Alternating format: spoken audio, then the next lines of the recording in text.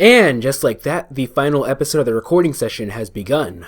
Welcome back to Ace Attorney Dual Destinies. I am your host, MegaShadowFist. I suck at video games, I suck at commentary. And when we last left off, we were, well, Apollo just took his leave of absence, so let's go and continue.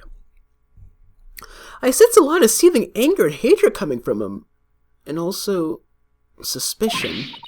Ugh, he's not walking out on us like this. He's not walking out on us like this. I'm going to go talk some sense into him. Hold on, Athena. Apollo can believe what he wants, but I believe he's wrong. Even if we take different paths, the truth we arrive at should be the same. I think the quicker we solve this case, the better it'll be for Apollo. Yeah, you're right, boss. Alright, that's enough for one day. Make sure you're ready for tomorrow's trial, okay?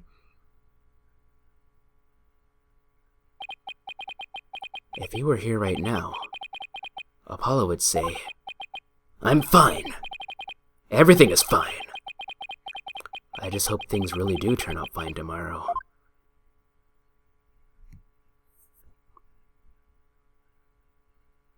To be continued. Save the game, yes please. Over slot 1.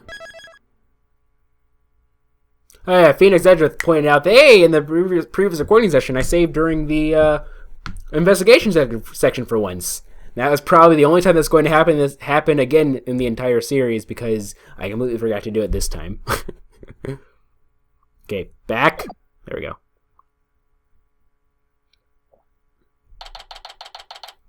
December 20th, 10:15 a.m.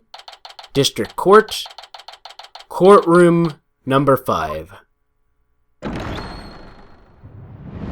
Day 2, court is now in session. All rise! No lead-in again. Obviously the judge is gone. I suppose we should reconvene the trial of Solomon Starbuck or something. Objection!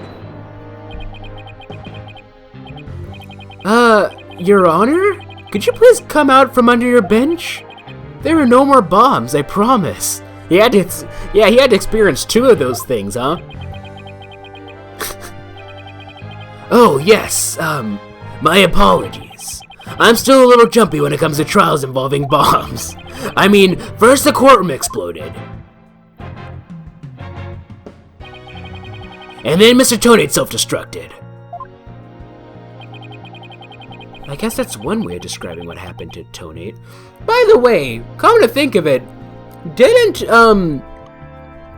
Gumshoe, like, in case, it was like one of the games, it's either Justice for All or Trials and Tribulations, Gumshoe was like, it'd be like if you were in court and then a bomb went off right there or something like that. I don't know. Was this case made in retrospect to that? I don't know. Or these cases, I should say. Anyway, it seems that Mr. Justice was seriously wounded by Mr. Tonate's actions. So you, Mr. Wright, will be taking up the defense? Do you have any understanding of what has happened in the trial so far? Yes, Your Honor. The defense is ready. Very well. Is the prosecution also ready?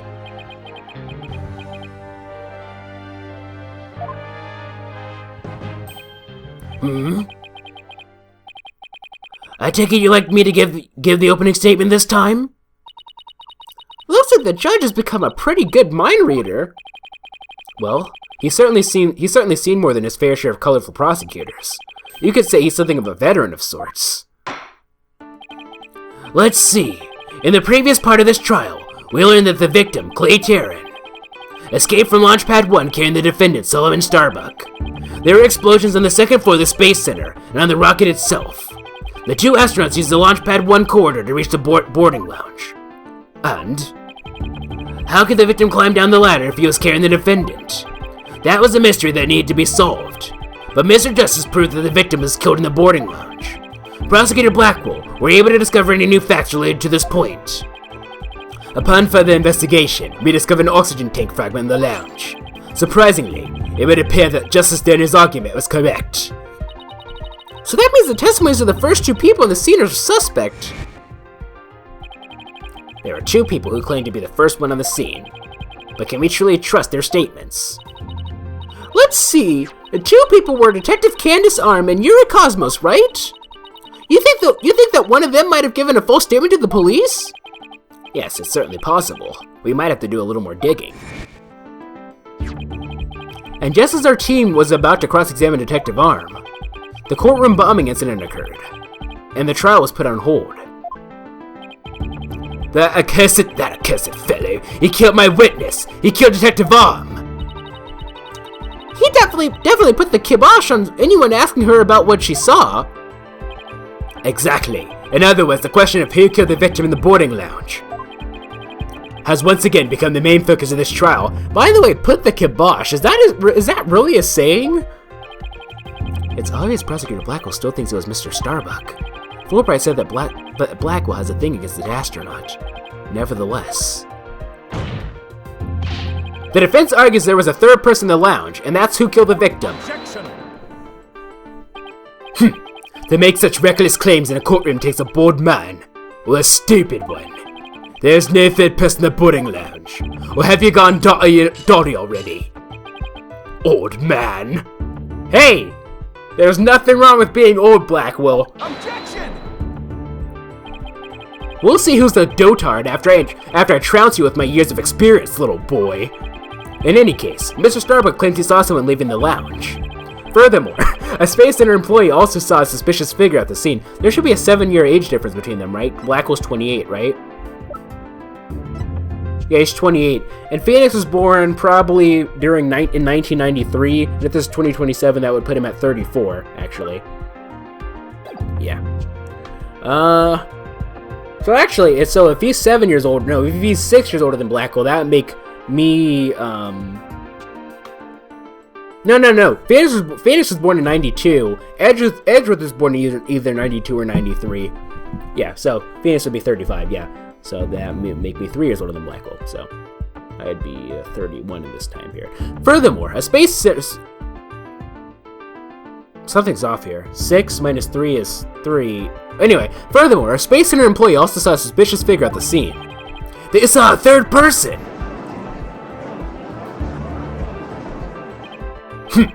I see my sister's been running her mouth. That's right. I almost forgot that Aura's Prosecutor Blackwell's sister. No matter, she didn't see this mystery person's face clearly. Therefore, there's no evidence to indicate that this person was not the defendant. I guess the possibility that the figure was Mr. Starbuck is still there. In brief, we need to determine if a third person is there or not. That we do. To this end, we should hear the testimony of one of the first people in the scene. Director Cosmos, huh? Interesting, I figured... Well, that's interesting. So, I guess he's not the killer then?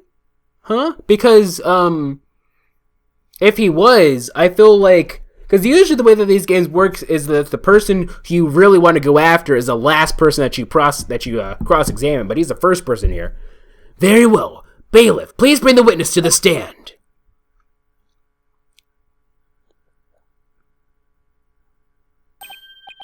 Why, I believe I've seen you before in the newspapers.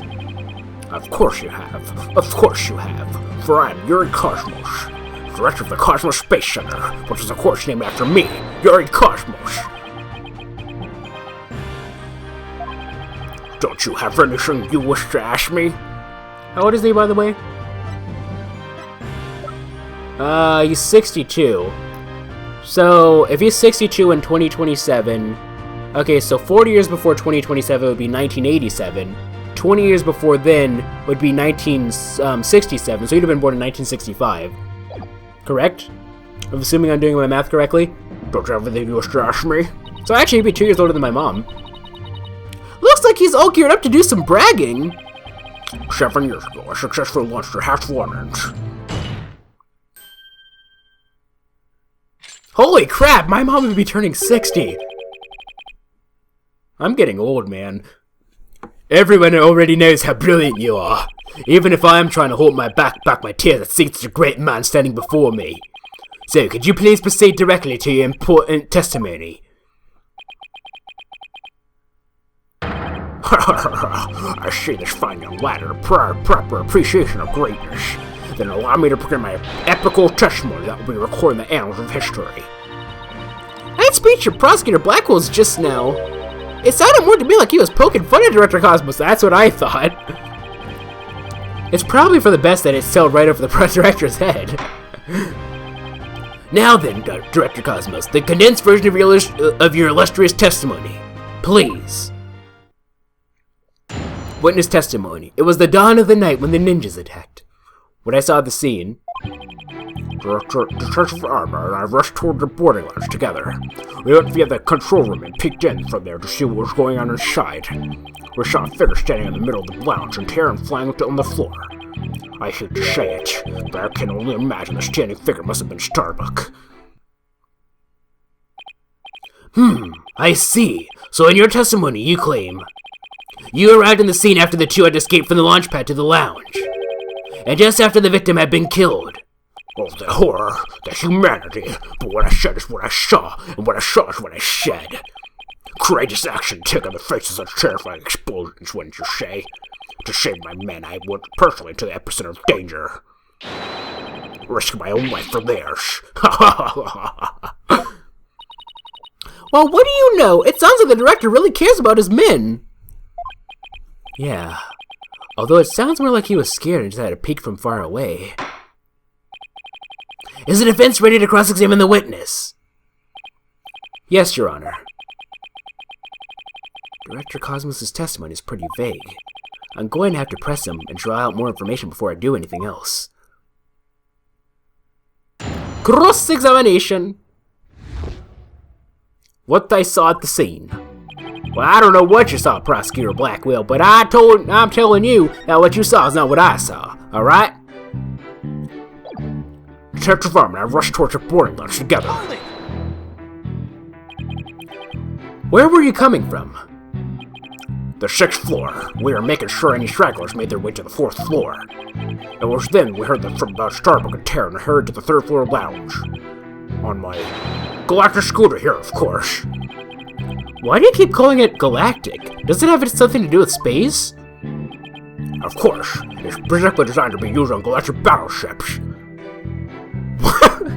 What? I see.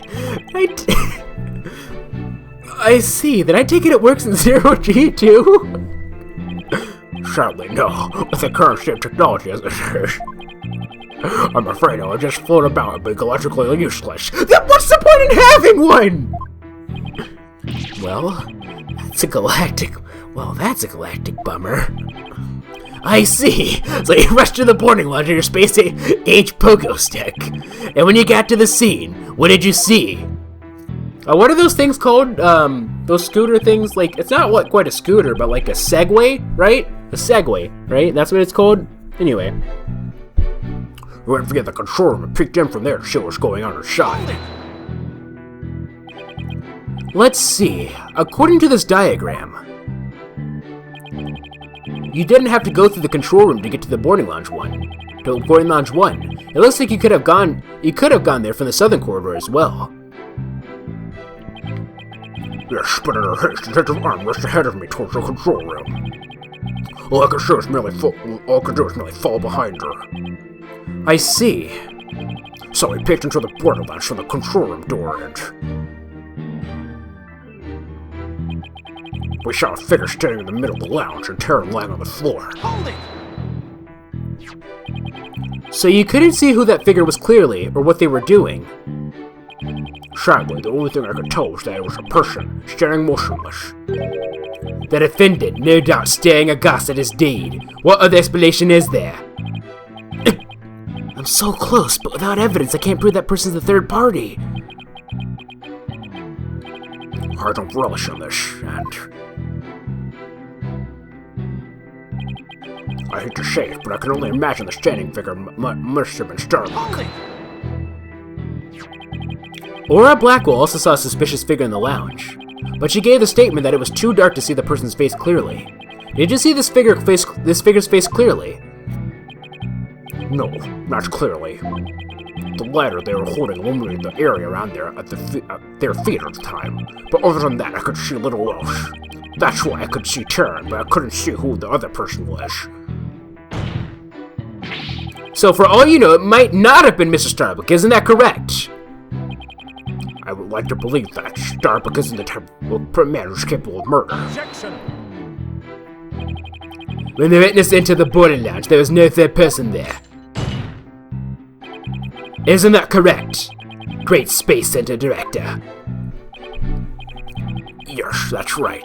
Only Sherlock and Tara were there by that time. After we peeked in, the lounge suddenly went dark, and the figure vanished. He vanished, you say? Interesting. You mean they disappeared? That's odd. Objection! The reason the figure appeared to vanish is because it was the defendant. When the witnesses weren't looking, he fell to the floor and fainted in consciousness.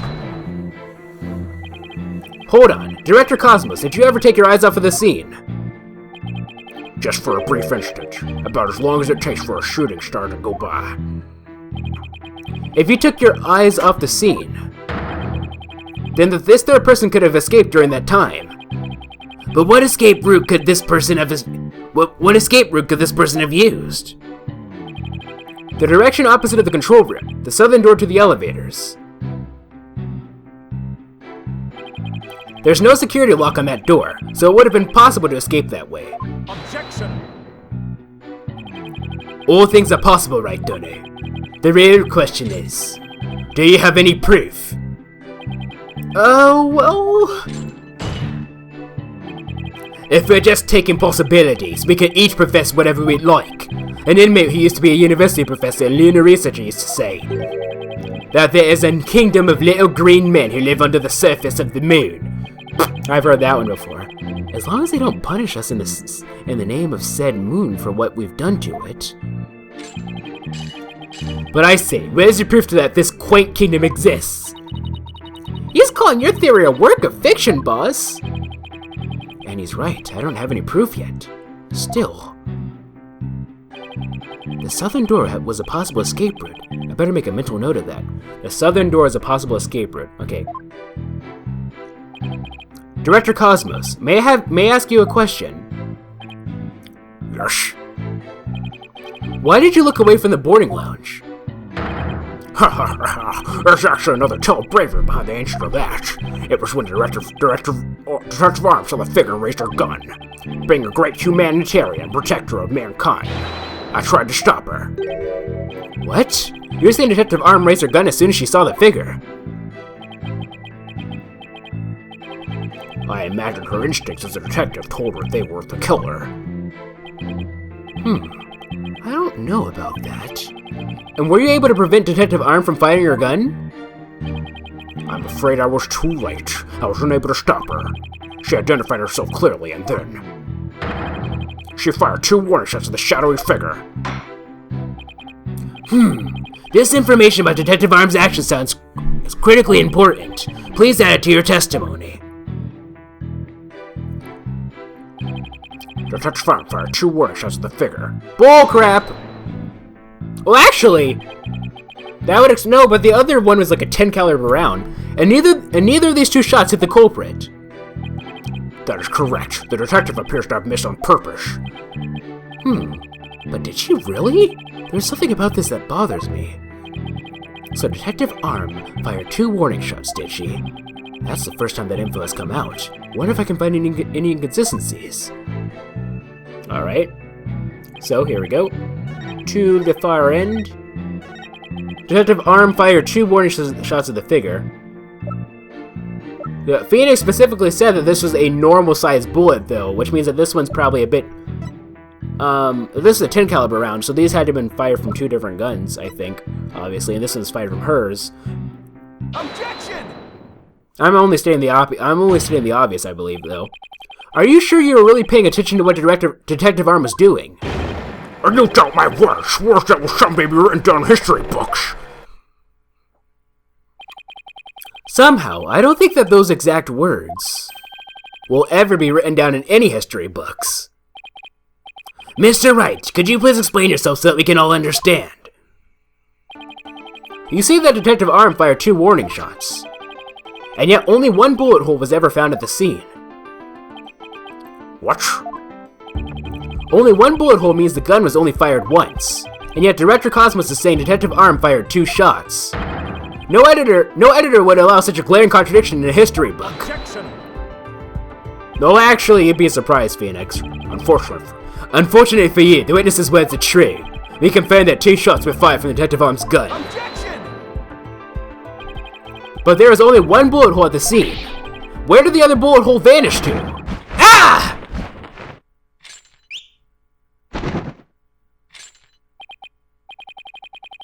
You should know the answer to that already. I should? During the previous trial, a certain oxygen tank was presented as evidence. We've already discussed that it was ruptured in the lounge, have we not? Well, it appears that the thing that ruptured it was a bullet.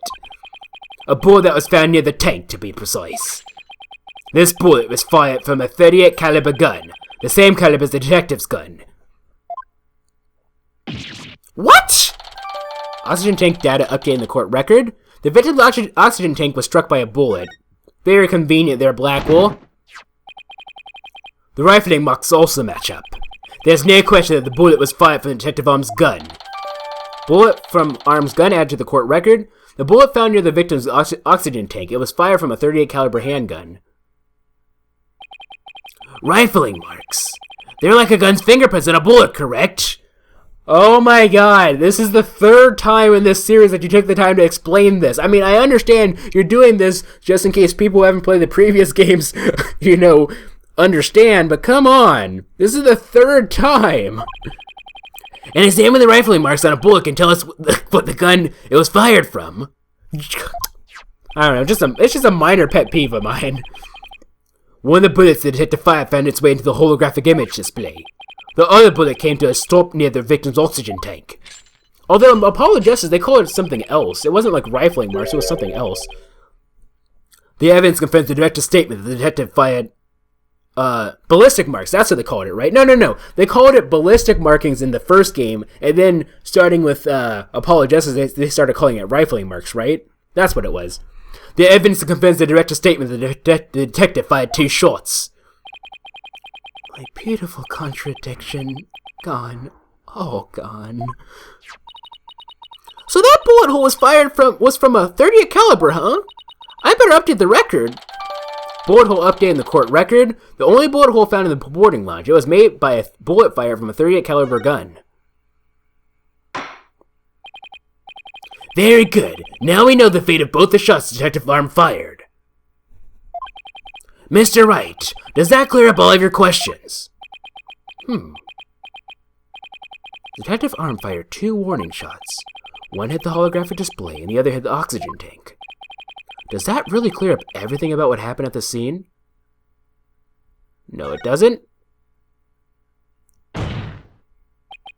No, Your Honor, it doesn't. Detective Arm fired 2 warning shots from a .38 caliber gun, but that doesn't explain the existence of a certain piece of evidence found at the scene. A piece that points to the existence of a 3rd person. Oh? Very well, but it won't do to keep us waiting, Mr. Wright. What piece of evidence suggests the possibility of a 3rd person at the scene?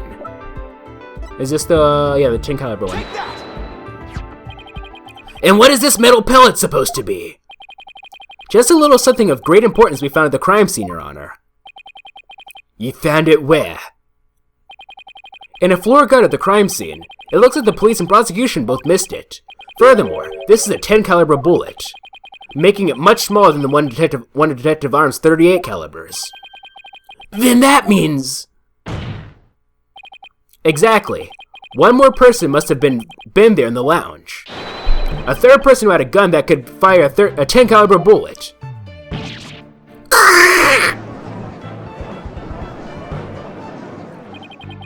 And if that's true, it explains why Detective Arm fired warning shots. This 3rd person fired at Detective Arm and Director Cosmos with their gun. And in return, the detective fired her warning shots. Isn't that how it really went down, Director Cosmos?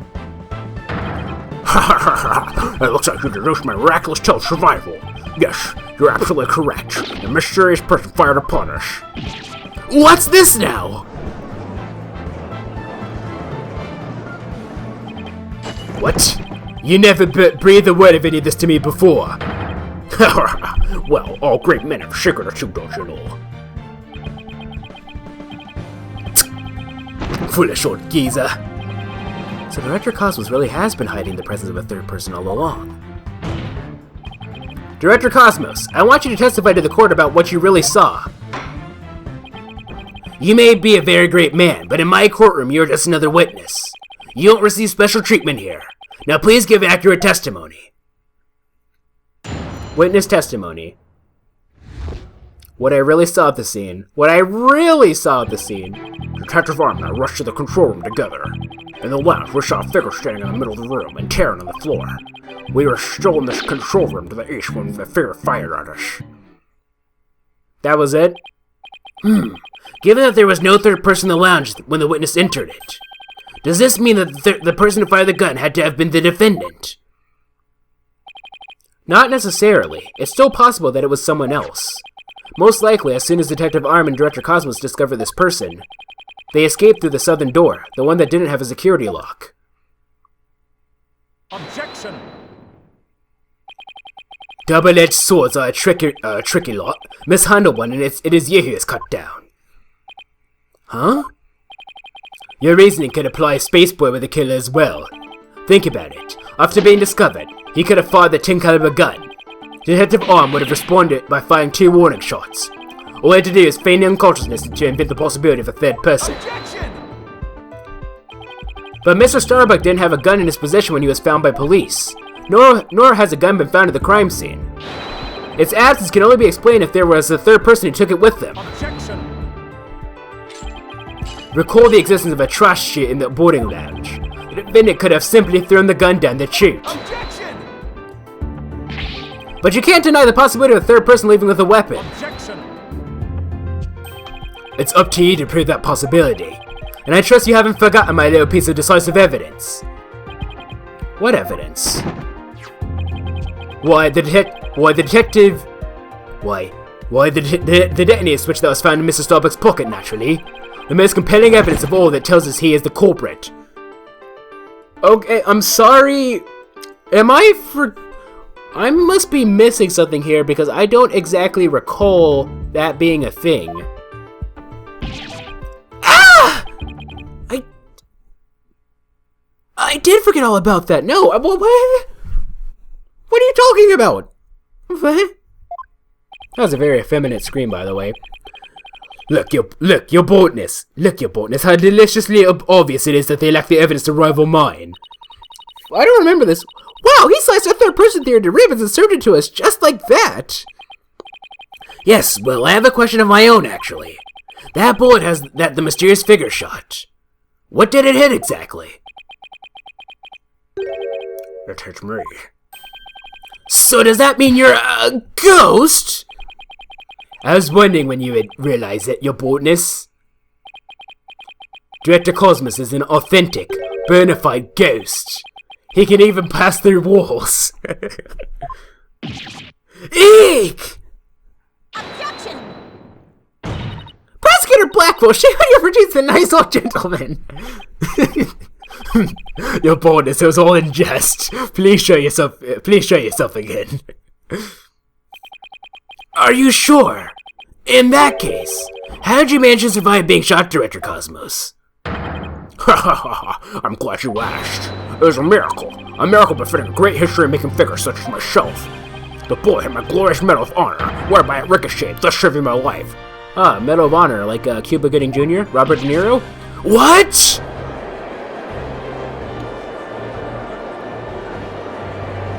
No, actually, that was Men of Honor, not Medal of Honor. That's unbelievable. Medal of Honor is a video game. I have to check this out. Oh, wow! Look at that! There's one extra Gaxa star! The odds are literally astronomical. I guess it really was a miracle. This is beginning to really feel like the Cosmos is watching out for Director Cosmos. It's kind of like how Teddy Roosevelt, the President of the United States, he was shot one time, right? But he had like I believe it was either like a copy of his notes or a Bible in his coat pocket that saved him from being killed. But why did you conceal this information, Director Cosmos? The great man such as myself has to have high things on occasion, no matter how much it hurts. It is the plight of the truly great. It may be hard for this generation to understand.